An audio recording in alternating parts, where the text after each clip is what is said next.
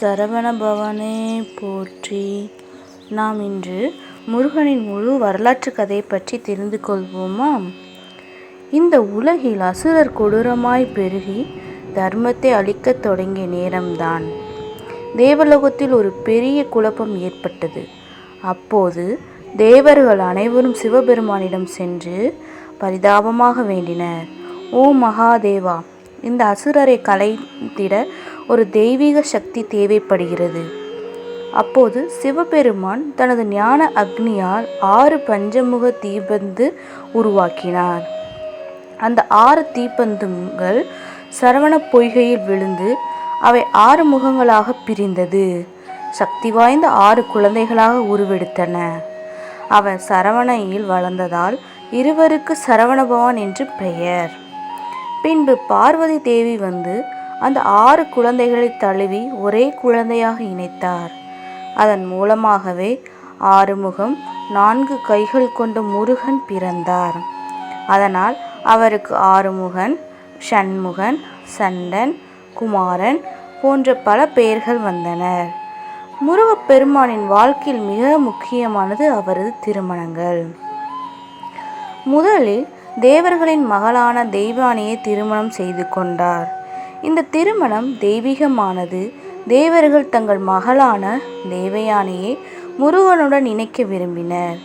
இந்த திருமணம் சொர்க்கத்தில் வைகாசி விசாக நாள் உலகத்தில் நடந்தது. இதனை தெய்வீக கல்யாணம் என கூறுவர். அதன்பின் பூமியில் வாழ்ந்த வள்ளி என்ற வேளாளர் மகளை அவர் திருமணம் செய்தார்.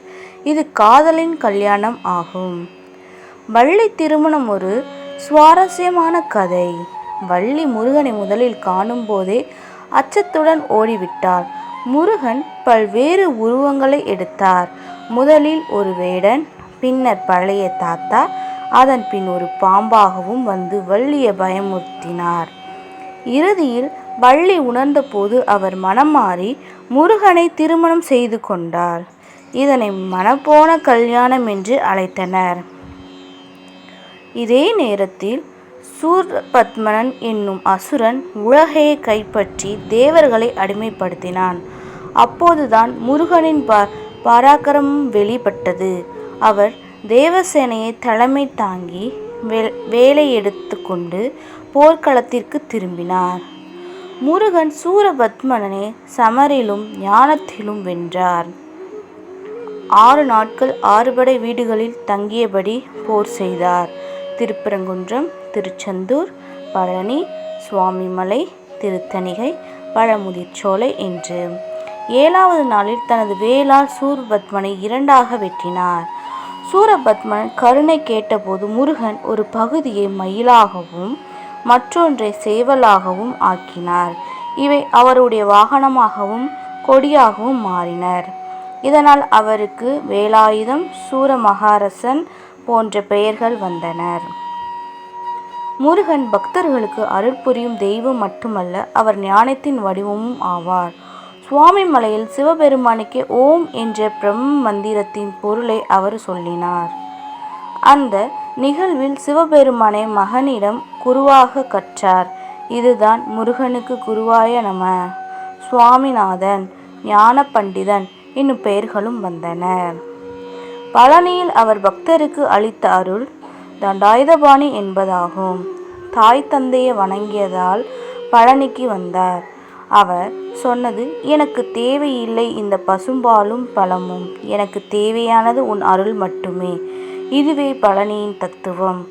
இன்று உலகெங்கிலும் கோயில்களில் முருகன் வழிபடும் பொழுது வேல் ஆடுகிறது, மனம் ஆடுகிறது. முருகனை வழிபட்டோர் தங்கள் உள்ளத்தில் ஒரு சக்தியையும் அருளையும் ஞானத்தையும் வளர்த்து கொண்டிருக்கிறார்கள்.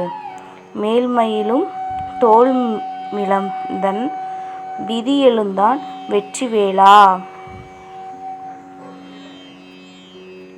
முருகனின் வழிபாடு என்பது வெறும் பண்டிகை அல்ல, அது ஒரு ஆன்மீக பயணம். அவருடைய வாழ்க்கை காதலும் கருணையும் ஞானமும் நிறைந்தது. தந்தையை குருவாக ஏற்கும் தெய்வம் யார்? முருகனே. உலகில் உள்ள கோபங்களையும் அசுர குணங்களையும் அழித்து நம் உள்ளத்தில் அருள் விளக்கை ஏற்ற சக்தி முருகனின் வேலே. ஓம் நமச்சிவாயா போற்றி. இந்த சேனலை பிடித்து இருந்தால் லைக் செய்து சப்ஸ்கிரைப் பண்ணி கமெண்டில் உங்கள் கருத்தை கூறவும்.